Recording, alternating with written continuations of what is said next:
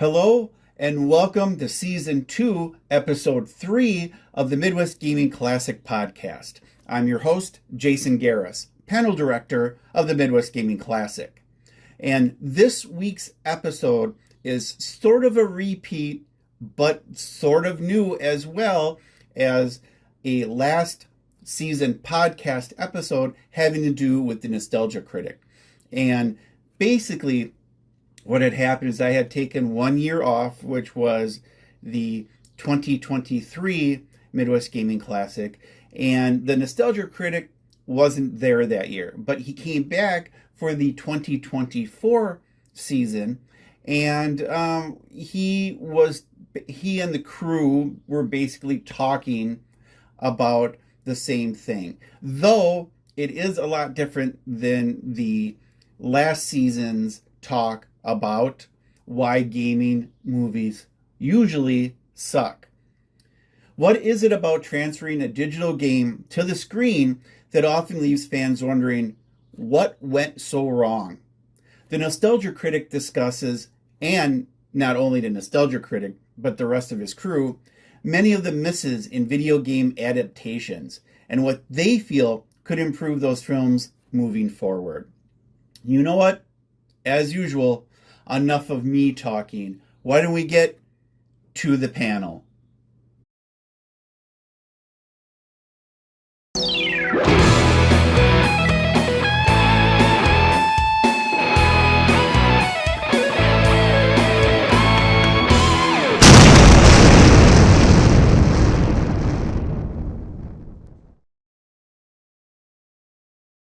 Alright, where are the Channel Awesome fans? Sorry, they're down the hall. Alright, you've all liked and shared and subscribed and... Alright, so here they are. The Nostalgia Critic. Thanks. Yes, Good this is a short morning. introduction. Good morning, Minneapolis. That's all wrong Sam. Sheboygan? Sheboygan, yes. Really? Madison, Canada. Oh, good morning, Ottawa. Hey.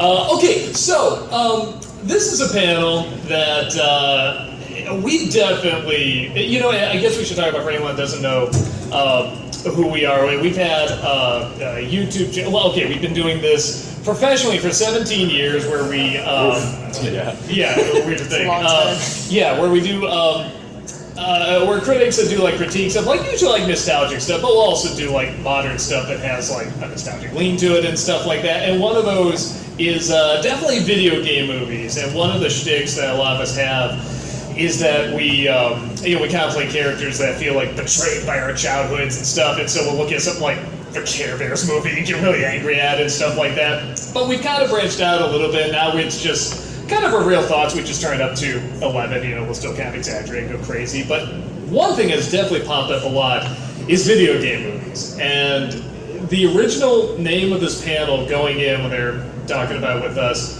was why do video game movies suck? And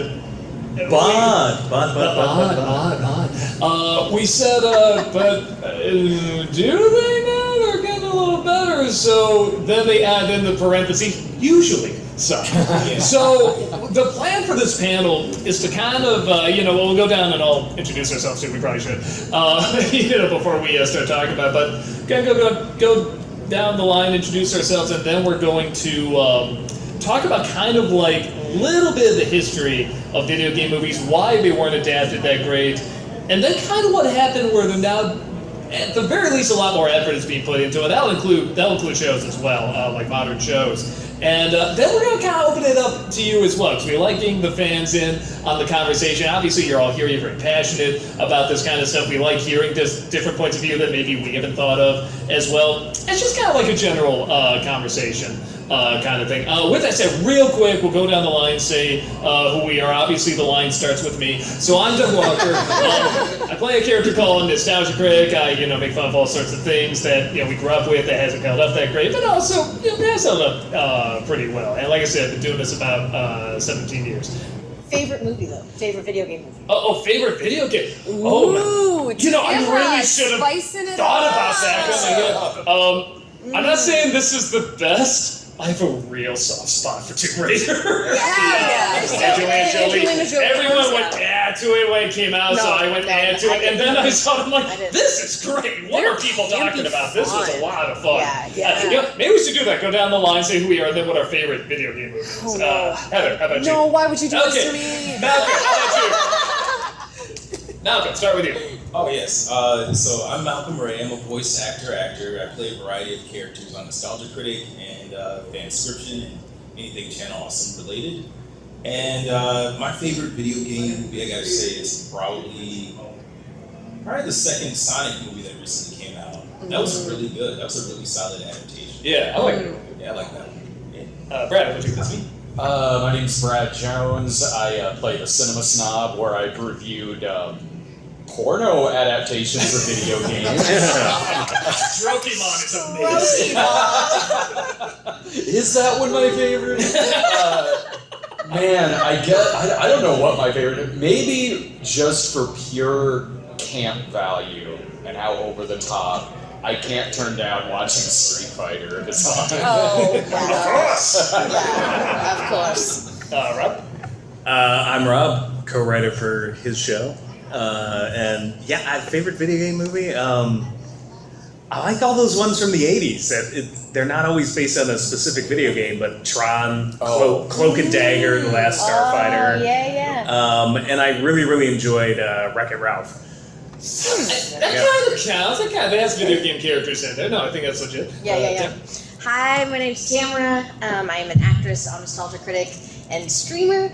And my favorite video game movie, I'm hoping, I'm praying, I'm begging that the Fallout show is going to be that. With every fiber of her being. With every fiber of my being, I love Fallout so much. But man, The Last of Us just fucking really did me in. But I think for movie though, Mortal Kombat?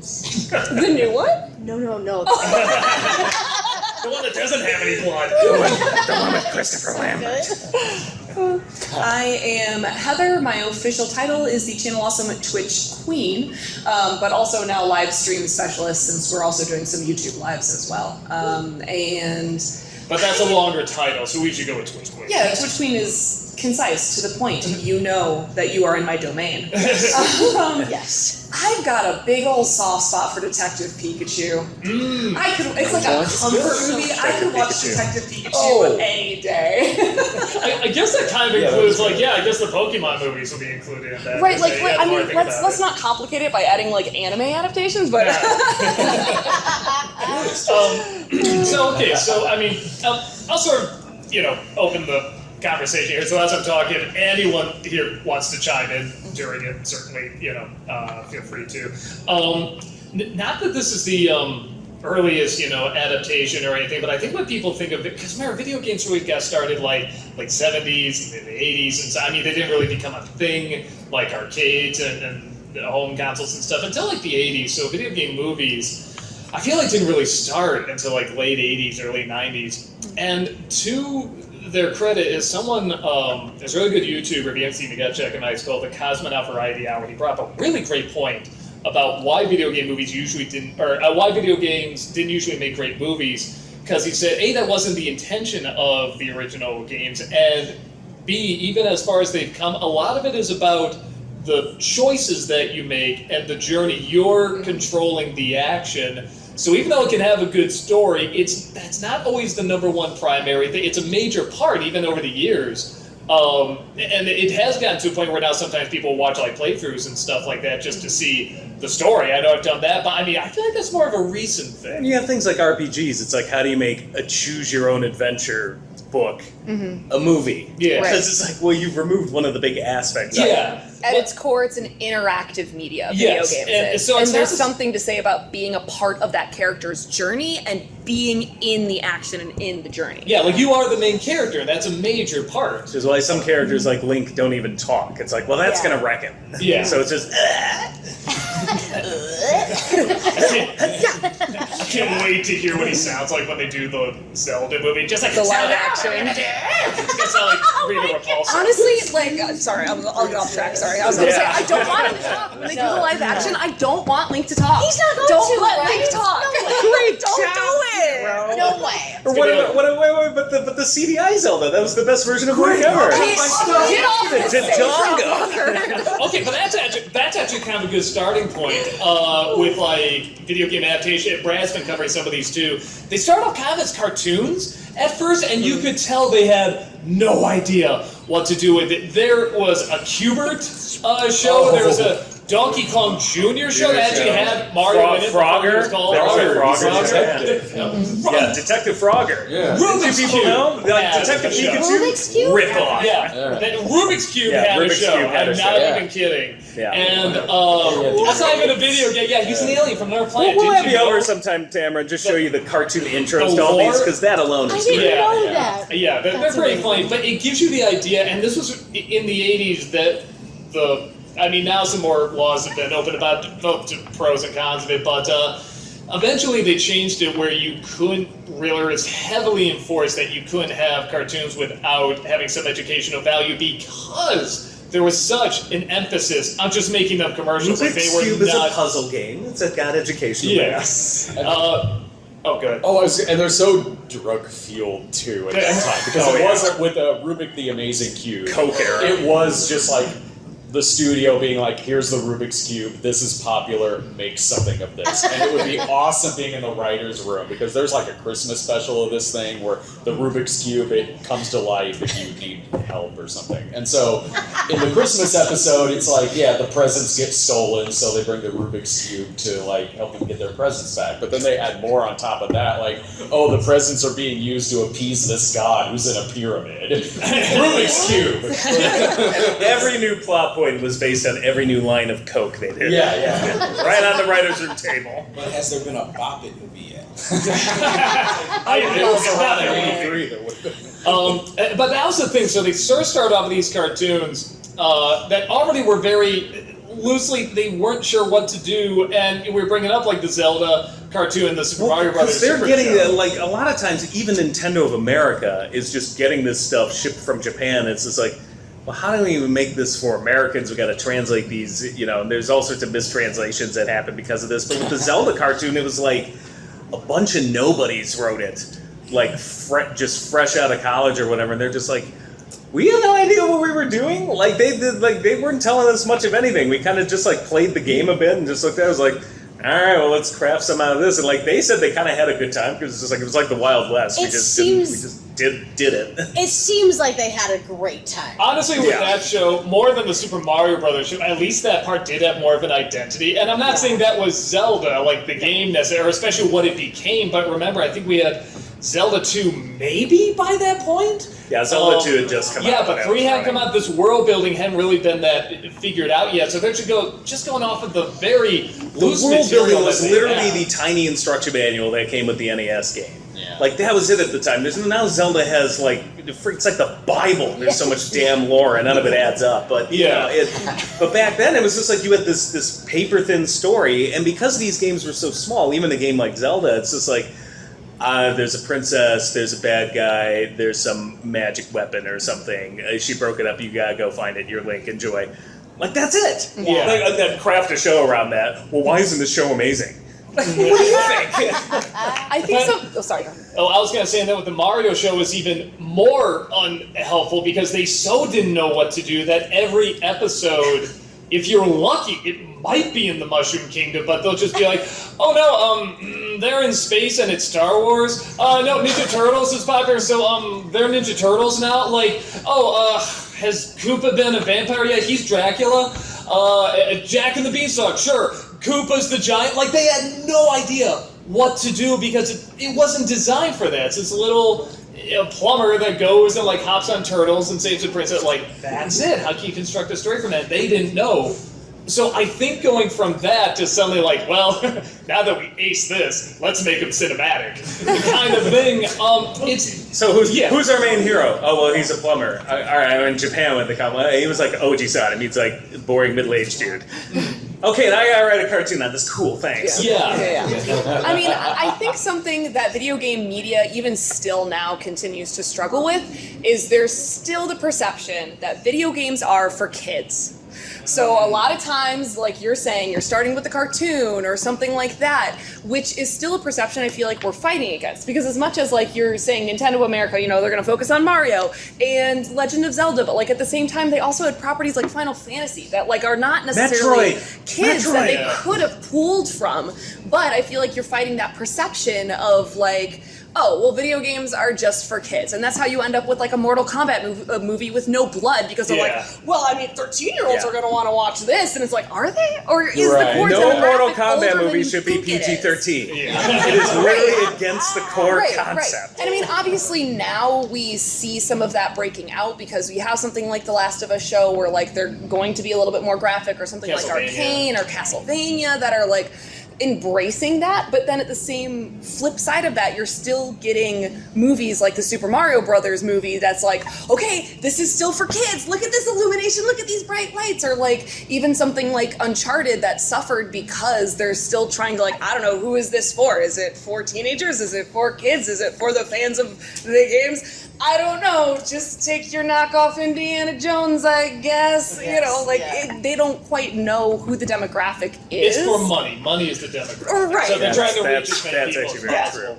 So when it finally got to making movies, which was just brand new territory, and they didn't even get shows down, figured out and stuff like that, the idea of adapting to that, and then even with something as ambitious, but clearly bad, like the Super Mario Brothers movie, the Bob Hoskins one, John Leguizamo and everything, you could tell not only did they not know what to do, but they were trying to emulate what was very popular at that time. So you have something like Tim Burton's Batman. Correct. Like Batman '89, The Crow, they all had like these RoboCop, dark, edgy, kind of feels to it. So you can tell they were going for that. Even that level didn't quite work. But I can tell you, even though it looked nothing like the game, everyone I knew was hyped as hell for that Super Mario Brothers movie. Yeah, it's only when we saw it that we were like, oh man. Well, we all thought it was going to be the next Batman '89. Like, oh, this is Super Mario Bros. For adults. This ain't no game. Yeah, and it was not.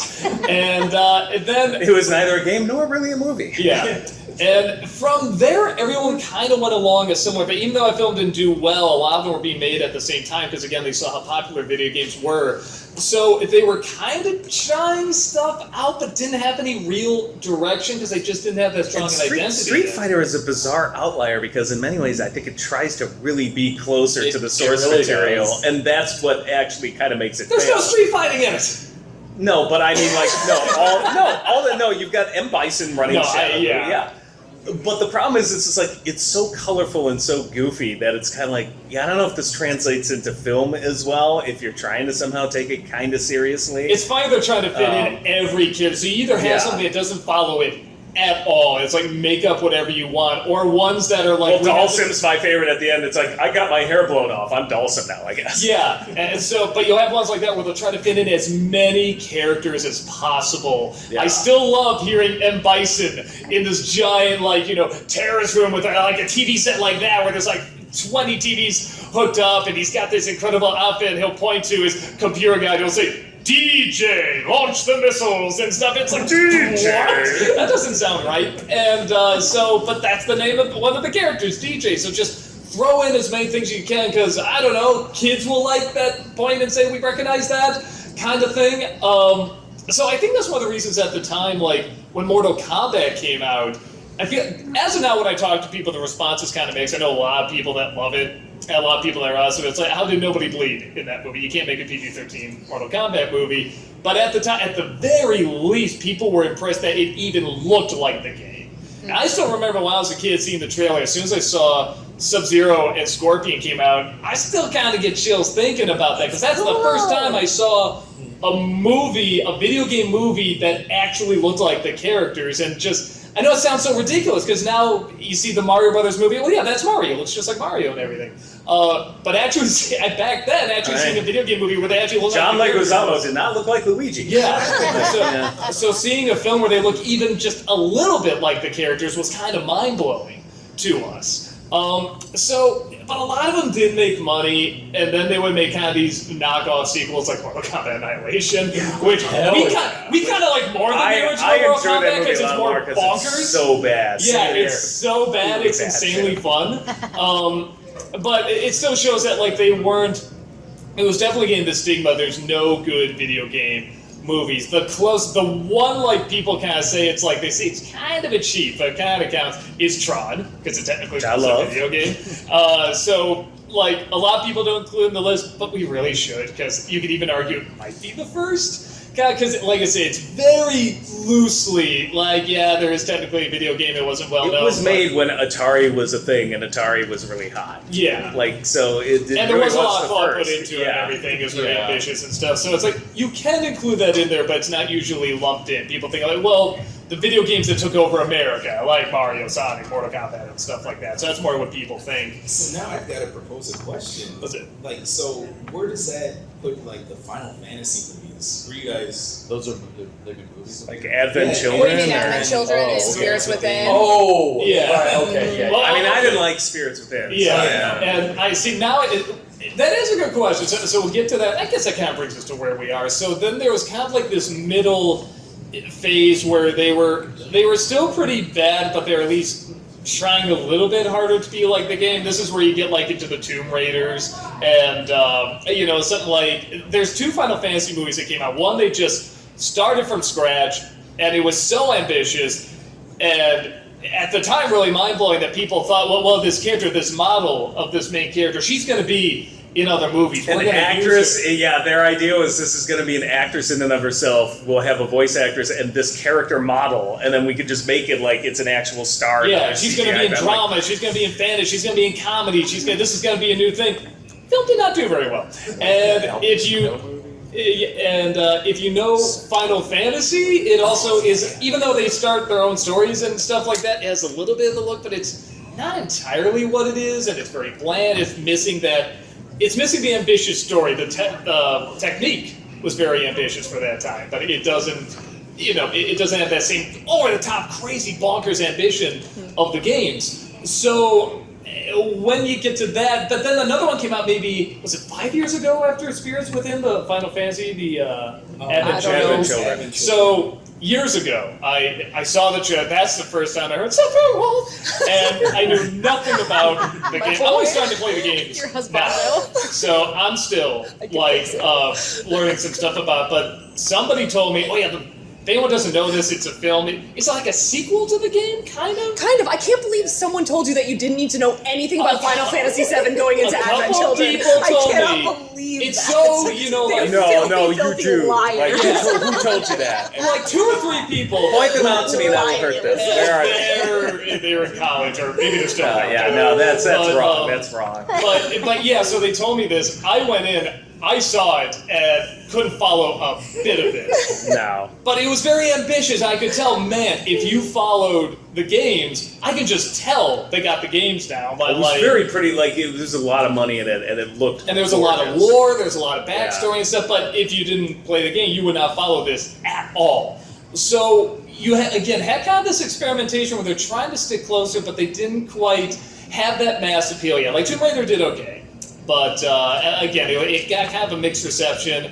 I don't know if the second one did okay. Again, maybe it did all right, but certainly not big enough to keep them going. So it's just kind of, everyone had this idea, well, yeah, video game movies, they always suck. They're just bad. They're not, you can't really do it because you have to, somebody, I think Roger Ebert used to say it's more fun to play the video game than watch someone play the video game, and that's what the movies are. Part of the thing It's about almost something you're like watching Tomb someone else do Raider it. is that in and of itself is kind of a knockoff of Indiana Jones. So it's just like, you could have been an old person just completely removed from video games and not even known that that's like a video game movie. You would just think it's like, oh, it's like an Indiana Jones film. It's not like Super Mario Brothers where you could look at that and be like, what the hell? Yeah. Like, Well, so that brings us to where we are now with video game movies, because I think the first one where people started to say, whoa, like an actual good one, which is funny because we didn't like it, but it's probably the Sonic movie. The first one came out with Jim Carrey and everything. And we didn't get into it, but we didn't hate it. But we acknowledged... I thought the second one was better. Yeah, we liked the second one. But we definitely acknowledged when they did that redesign of Sonic, it did help. And there was something really cool about seeing, like, man, here's this character I grew up with. Like, he's on the big screen. And he kind of sounds right. He's got the right voice and everything. And we just didn't like that he was thrown in the car the whole time. That kind of pissed us off. But we still saw, like, this icon that we grew up with on the big screen, there is some lizard part of your brain that's gonna go. I'm Also, I happy. feel like it was one of the first times where like people had pointed out like this doesn't look like the video game. This looks bad, and like the studio panicked and actually responded with, "Okay, we'll fix it." Yeah. Well, and I think the fact, Yeah. and Which is so rare, generally speaking. Yes. Yeah. And I think the fact that that film did do well, because even though, like I said, it wasn't our thing, but the fact that it did very well, and it did very well because of the redesign, I think was finally a wake-up call to people. Okay, we shouldn't do like what we do with Super Mario Brothers movie or Street Fighter and stuff. Like, we need to really make it like the game. In fact, just changing the design of the character was enough, because we're like, Yeah. I'm not recognizing anything else from the game If here I except that he's fat. If I want to watch Batman '89, I'll watch Batman '89. I'm not watching Super Mario Brothers. Yeah. Like. So I think when that happened, that kind of was an eye-opening moment. Okay, this made a lot of money. It looks just like the game, even though it's not trying to look realistic at all. Sonic looks very fake in that movie, but nobody cared. He looked like Sonic, and that's what we wanted to see. I always say there's a big difference between effects that look real and look good. And, Sonic looks good. He's a very appealing character to look at. So by the time the second one came around, and that also did pretty good, which we liked that one. We thought... No, I'm like, I want to see Sonic, I want to see his characters, and I want to see Robotnik. I don't need frickin' James Marsden and whatever his side plot is, just get them out of the film. And That was my problem with the first movie. It's like, I don't want a Buddy Road movie. Yeah, and they brought in other characters. The characters looked right. They sounded right with Knuckles and Tails and stuff like It that. was funny. I thought the jokes were just kind of funny. Yeah, it was also legit really funny. So we really got into that. So I think that was like the wake-up call to people. Like, okay, we gotta make these like really game accurate. At the very least, it has to look like the game. I mean, bare minimum. So then we started to get these adaptations that were not only looking more like the game, but they were sticking closer to the story, but then adding some neat twist to it. And this is where we start to get into the shows as well. Castlevania came out, and that was like much more effort put into that than I thought. Really something about a guy that goes around the whip killing Dracula probably deserved. And I know that game lore goes pretty deep, but especially because Castlevania 3 was one of my favorite games growing up, and the fact that they went with that plot line to start and crossed it with like Symphony of the Night, I'm like, yes. Yeah. So I think the fact. Oh, go ahead. I'm really happy where we are right now that we're doing adaptations of video games as shows. Yeah. Because I think video games in that's the and of secret. themselves are at a disadvantage being a movie. Because if you are trying to take something that is 20, 30, 80 hours of content and smoosh it down into a palatable 2 hours, something's going to get lost. Like Last of Us would not have been the same if it was smooshed into a 2.5 movie. Hour movie. There's just so much. So I really enjoy that now we're in this era where people are recognizing that and doing video game adaptations as television shows. And I think that's where we've gotten some of the best adaptations. I know I keep coming back to Last of Us and Arcane, but those are just so amazing. And the interesting thing that you were talking about here too, Doug, is that they're almost finding a better balance now between taking things directly from the games, but then also adding new things. Like, it can obviously be a terrible thing when they just take a name and name alone and then just bastardize it into something that is unrecognizable to fans. But it's also nice to see an original take on something. Like, I don't play League of Legends. I respect myself too much. I'm sorry for people who play League. I'm so sorry. I'm so sorry if you play League. Everyone's taking notes and they Also, tell me I'm wrong. Nice. Two people just get up I and don't play League of Legends, so I don't know how much Arcane really dabbles in the lore of that. But it does feel like a fresh take on some of that stuff, or an addition to the lore that's already established, but it's also super approachable for someone who isn't entrenched in that world. I never played any of that. I know nothing about those games, and that made me want to get into those games more. I think that's a really cool I think what's happened is there's been a perfect storm of everything just collided at once. On the one hand, video games have become better to the point where they are now competitive with movies. You're essentially playing a movie. Yeah, you're judging the story just as much. You're judging the story. You're judging the plot direction, the effects, and everything. Yeah. So now they're competitive with films and have stories that, in many cases, are better than some films or just as good. at the same time, we've got television has opened up to a point where you can tell these longer stories. You had the Mario movie and the Sonic movie show that there is a market. And at the same time, like, I think we also can't discount what's happening with Marvel, DC, Disney, and their streaming issues. They're all on the outs right now. Like, there's been like a kind of fatigue with all that. So now all of these companies are looking like, well, what's the next big thing? Well, what's doing well? Oh, well, video games. Yeah. We'll pivot to that. And like, so all of a sudden we see a whole bunch of that happening at a time when video games are good enough and can compete with movies and stuff. So like, we're in like some kind of weird golden age now. I thought I would never see. You're because absolutely of all these things happening at once. You're absolutely right, because like my wife, who doesn't really play a lot of games, but she does love it when like like Red Dead Redemption 2 comes out. Like, she loves just sitting there watching it like it is a mini series. Like it is. My wife's the this same way long with some epic. games I Yeah. Meanwhile, Laura's not going to sit there and watch me play like a platformer for 3 hours. Come on, honey, Super Mario Brothers 3. I've tried.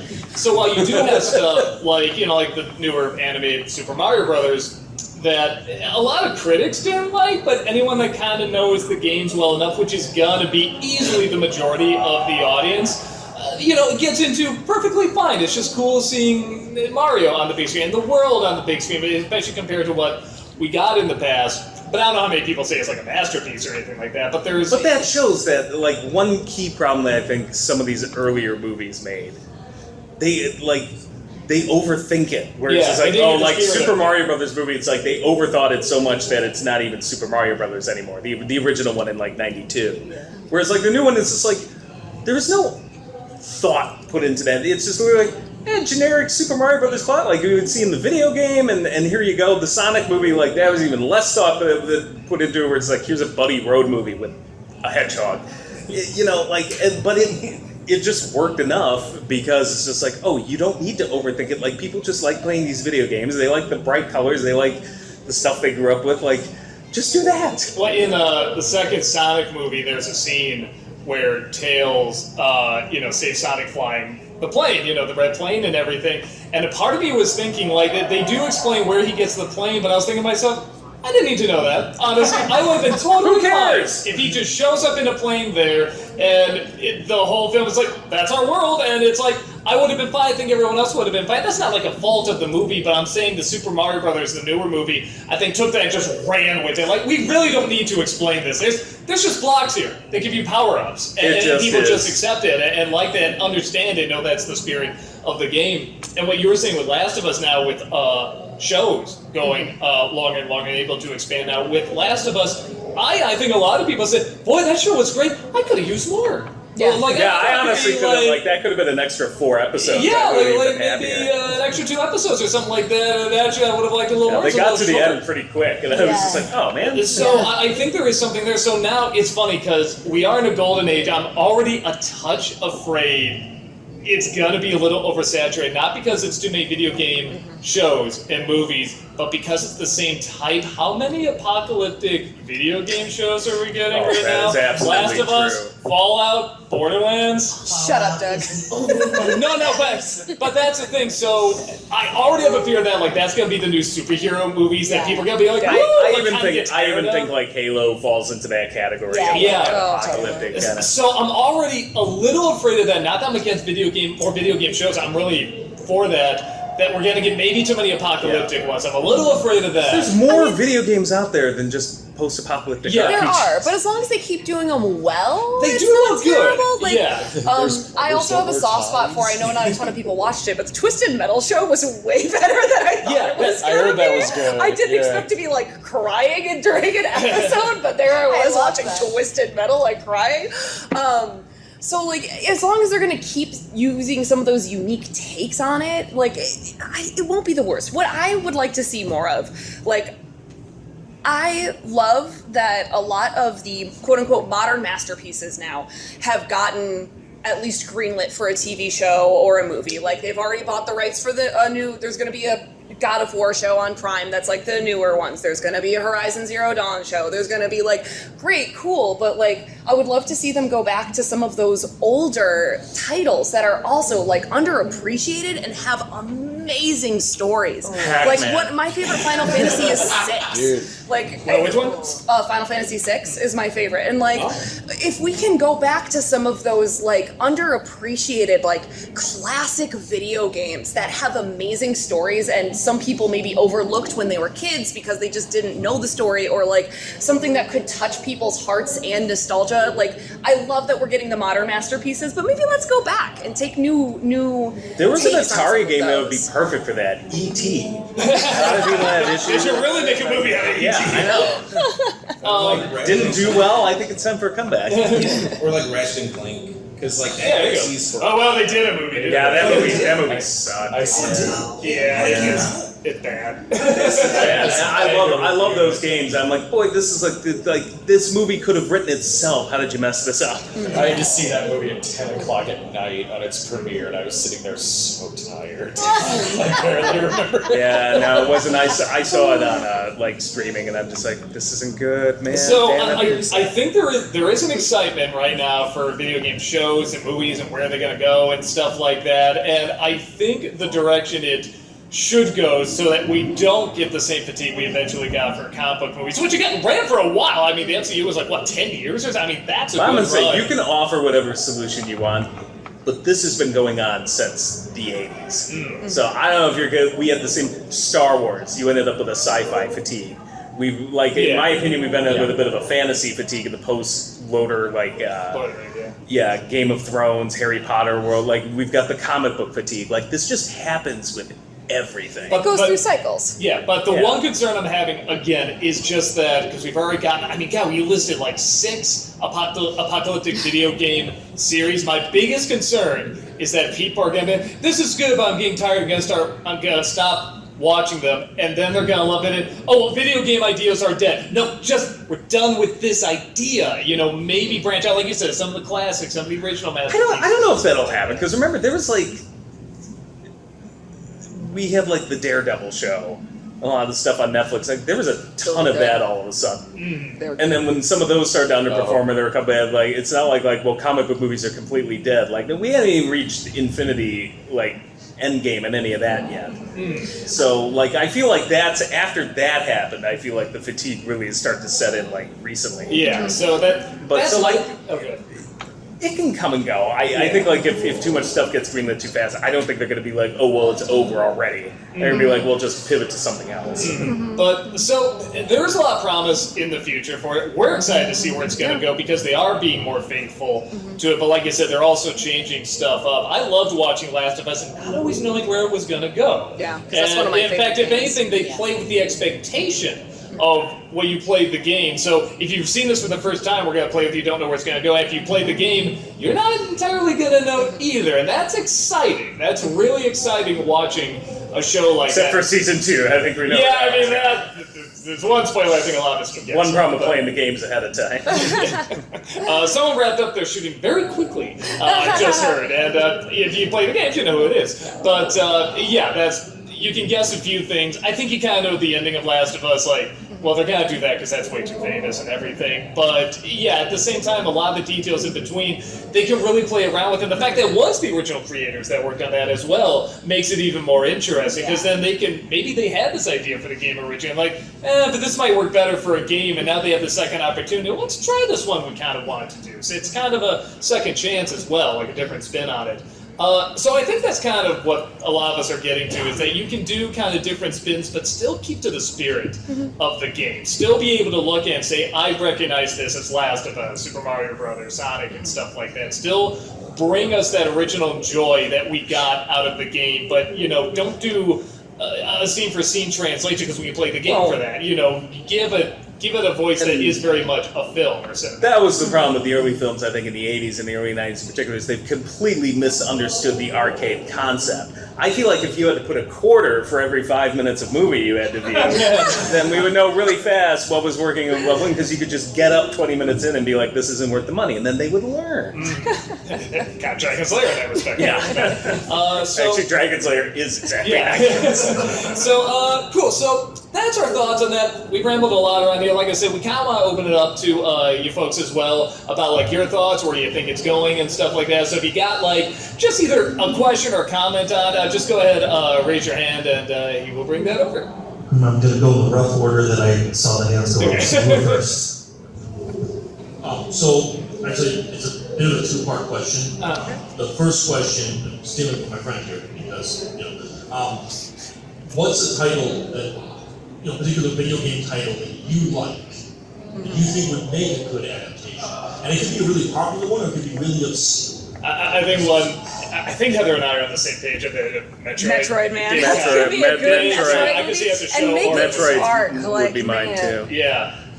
So I guess my second part of that question too would be, would you necessarily go with an adaptation that's like movie, or would you go with a different visual medium? Example being a TV show, limited series, web TV series, interactive website, back and how would you try to tell that story? A show would make more sense, but I always imagine it as a movie. I'm a movie nerd, so I kind of dig that. But a show would probably add up more than being. I would do a show, but Zelda would be another interesting one. The only problem with Zelda, it's like, well, which lore do you grab? Because there's so much. But depending on what lore you grab, I'm like, that to me would be perfect for like animation. Well, they did the Super Show. Come on. Yeah, I know. Excuse me. But like, whether you do CGI or go with like a kind of anime style, like a Miyazaki Studio Ghibli thing, like I feel it would be like kind of perfect for that medium. Like you could do it like, well, but there's so much like Lord of the Rings and Game of Thrones kind of knockoff stuff. I'm like, I feel like if you did that with Zelda, I'm like, well, that would just get lost in the mix. So I would keep something like that in animation. I was gonna say, like, me personally, like, I'm a big martial arts and action kind of nerd, so I would love to see Tekken done like appropriately. Like, and if it's done in a series, like it's like a streaming series, I feel like it could be done really well. You get a good action team together, they can do good choreographed fights. A show based around Street Fighter could be really interesting. And that too, yeah. Yeah, I kind of dig that. Mortal Kombat Legacy. Yeah. It could be pretty cool. Cool. Yeah, over here. Hey. So one thing that it isn't foolproof by any means, but it seems like some of the more commercially / critically successful adaptations are things that fit into sort of an established TV or film genre. Like obviously there were a lot of Resident Evil movies, and no, they did not do well with critics, but they made enough for them to keep making them for a while. Similar thing with like Five Nights at Freddy's. Those are horror movies. Film noir, Detective Pikachu. And you mentioned like Indiana Jones with that. How much of a factor is that, do you think? It seems like it is. And based on that, do you have any ideas? It's kind of open-ended there, but I just kind of want to point it out. Huge. Yeah, I think it's a huge factor. I think the only thing, there are a couple outliers sometimes where it's like, I feel with Super Mario Brothers and like Sonic, that worked because they felt, well, it fits in the family film picture, even though if you tried explaining the plot, particularly with Super Mario Brothers, I'm like, what the hell is this? But I think the only outlier, I think, is probably actually Detective Pikachu, where it's like, well, it's a detective story and a noir, but like you look at the posters and stuff, you kind of don't know what the hell that is. Like, I didn't know what it was. Yeah, to me, that one probably fell in the family picture category, where it's like, well, this will do well because we'll get kids to see it, and then everybody, like, Pokemon is so huge. There's like multiple generations that have grown up with it, that it's an IP that will just milk. And I think that's another key thing. It's like, studios really just love milking IPs for all the worth. It's like, well, what's the fan base for this already? Is it already built in? Because if it's huge like Pokemon, they'll be like, yeah, let's do it. And with Sometimes it could be star power too. Like with Detective Pikachu, I think it also helped that Ryan Reynolds was you in could it. sell it on Ryan Reynolds' voice. But I think because video game movies are looked at as lower tier, and also horror movies are looked at as lower tier, there's just so many more in that genre. It's like all the Silent Hills, all the Resident Evils. And it just makes sense for those to get greenlit, I feel like. Yeah, because with horror, there is an aspect of just like, we just need to make enough. Yeah, Well, yeah. Yeah, and They horror have that also, mindset. they're made. Take Five Nights at Freddy's, for instance, which I think Blumhouse did that. Yeah. And Blumhouse always keeps their budget very low, which is why it's very rare they don't make a profit. So you got something like Five Nights at Freddy's video game adaptation. Didn't have the best reviews, but had only I think like a $5 or $10 million budget. They made that back their opening like freaking day. Yeah, and for Which is them, good I because mean, nobody came back to if see you're it. them, think about that. They're just like, we do horror films, which we can do really, really cheap, and we have this IP where there's a giant fan base. Yeah. And it was made really, really cheap. Yeah, like it could be garbage. It'll print money. Yeah. I think at the end of the day, people just like to put things into categories because it's not just video game movies and video game TV shows. We already categorize movies by genre. We already categorize our own games by genre and then add an extra layer when you have the type of gameplay, like is it an RPG or a platform or a roguelike. So like people just like to put things into boxes and into categories and into genres, but I don't think that's always limiting because you see people constantly innovating within genres. So I don't Playing with think the rules. right. I don't think you have to. I don't think it's necessarily a bad thing to put borders around something and be like, oh, this is a horror movie or a horror game. That's not always a bad thing. You can break out of it, but not even break out of it. Just innovate within those borders so much. Cool. Next one here. Hey. There was always one old show that I always considered to be one of the upper echelons of a video game adaptation. And I know you mentioned it in one of your old videos, but Sonic Sat-Am. Hell yeah! Hell yeah! But even if you consider all the circumstances against it, Sonic was a very new series. I think there was only the 2 games out. Very, very bare bones story in those games as well. But when you consider the fact that they decided to almost go with an alternate universe, an entirely new story that's set within that universe with the characters, I think that is one of the best ways to go at a project like this. I mean, look at the legacy it left in that fan base. It started the Archie comics that ran for over 20 years. People are still clamoring for the characters to come back. Do you think doing something like telling a new story with old characters could do well in other franchises, or do you think it could just work like a lightning in the bottle? And that's a very good example you brought up, and that one's really interesting because that came out at a time where there were 2 Sonic shows and they could not be more different. Like one was like Goofy. Batman 66, the other was like Afternoon. Batman 89. Like it was really fun, but they still, both of them in a strange way Saturday, get true to what Sonic and was. what the Saturday morning one did well though was like it stuck to the theme. Like there's always this kind of animals being roboticized, environmental theme to the games, and it's just like it's a fantasy world where animals are walking around. They looked at that game and they're just like, what is the core concept here? And I always felt like what made Saturday or Sat-AM work is they kept the core concept. They changed enough to make it still interesting, but that core concept was always still there, and it was like an engaging story. We're like, wow, this is a fun, like it had a very kind of Star Wars vibe with like you had this small tag team of rebels. And it had, you're right, it had an environmental message that was subtle, that in the 90s was like finding gold. Like because the 90s environmental was Burn Golly, Captain Planet, Infrared, and here's something where it was there, but it was not shoved into your face. It was very subtle, it was very smart. While still keeping true to the spirit of it. As much as we make fun of the other Sonic show that came out at the time, I mean, they both even had the same actor as Sonic, Jill White. I mean, that was for like 6-year-olds. It's fine. Yeah, like, but what it also did, it took the abstract 90s style nature of the time Sonic, and focused on that. And neither one's wrong for what Sonic is. It's just kind of pick whichever one, it more gravitated towards. And I think more people gravitated towards the Sat-AM one. Because there was more of a story and there were more stakes and stuff like that, the characters were memorable. Oh, okay. Cool. Yeah, that's fine. Cool. Other questions here. Good example. So there's this little-known series called Persona. Hell yeah, Persona. And I know you were talking about Miss Twitch Queen. Your Highness, thank you. Your Highness, thank you. The Final Fantasy VI adaptation. Well, there's already 4.5 films about Persona 3, and then there's anime adaptations of Persona 4 and 5. Would you think that an anime adaptation or a long 6-hour film anthology would be like more appropriate for something like a JRPG that's like 100 plus hours. Yeah, probably. I mean, like, we haven't really touched getting into the even like anime adaptations of video games, which are sometimes a little bit more plentiful than just what we have in America here.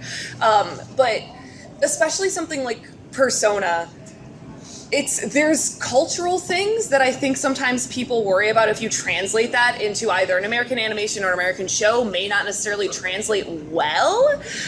So I think anime is really a good space for some solid JRPGs. I haven't watched any of the Persona animes, but Persona 5 is just amazing. And it really does, I don't even know how to put this, like, having it be an anime helps in the best of both worlds of adaptation and cultural context as well, because sometimes cultural context really does matter.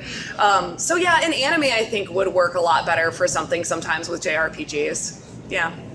And real quick, we have time for one more? All right, we're going to do one more. If it's cool after that, we love to get a picture of everybody. If that's cool, so just keep that in mind after this. So we'll do this. And then if we don't get to say so afterwards, we do have a booth downstairs. You go, or upstairs, I'm sorry. You go in the vendor hall, turn left. We're right there. If you didn't get a question answered, something like that, love to see you there. So, yeah. First off, shout out for the Saturday reference. I really feel like Sonic would have done better if they stuck with that storyline. Yeah. Right. Looking for a storyline, they can't find it. So the question I have for you is, one of the things we saw in the video games in the 80s and 90s is that there was a new genre definition constantly going on. The Street Fighter came out, it was brand new. Wing Commander came out, brand new genre, right? These were new ideas. Today we kind of see video games all very samey, right? You have your first person, you have your third person, you have, and they all kind of blend together. How much do you think that's affecting sort of the creativity of these new properties? Well, like I said, there's a lot of dystopian ones right now. That's just what they're picking right now. I still think because it is movies and TV and they haven't really delved too much into them in terms of like in a good way, I think there's still a big enough well, there's enough to play around with. Honestly, in a weird way, I feel like the way video games have gotten more samey, which you're 100% correct. I was just talking to my wife about this, complaining about it. But independent games too. Yeah, there is a bunch of independent games that you can experiment with. I don't know if that affects that much on the outside because, like, if you've got good showrunners, they may be looking to be like, how do we differentiate this from something else? Now, lesser shows won't do that, but that's the case with any genre or any group of people, so. With that said, thank you all so much. We are going to do a picture just real fast, so if possible, everyone, maybe just kind of like stand up, flutter in the middle, something like that. We'd love to get you in the picture. Good evening, Minneapolis. I'll take it. I mean, she usually does. Well, that's up to you. What do you want Like to the selfie.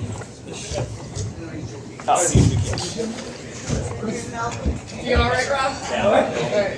Yeah, 3, 2, 1. Uh-oh. God. Oh, there we go. Fuzzy pickle. Bloody Marys. Yay! Awesome, thank you. Thanks a lot, guys.